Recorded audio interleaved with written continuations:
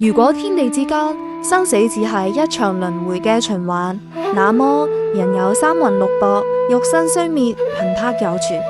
當肉身歸塵，魂魄就需要一處清靜之地安頓修行，等待因緣轉生。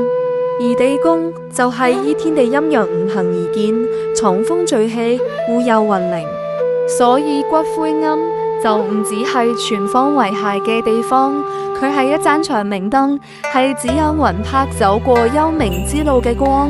每日誦經祈福，法力加持護佑，讓魂魄得聞正法，免於墮落三惡道。每一次祈願，每一縷香煙，都係為先人積累福德之糧，為子孫種下綿延三代嘅善因。骨灰庵唔只係安放，而係一場度化，係延續家族福祉、開啟輪迴善緣嘅地方。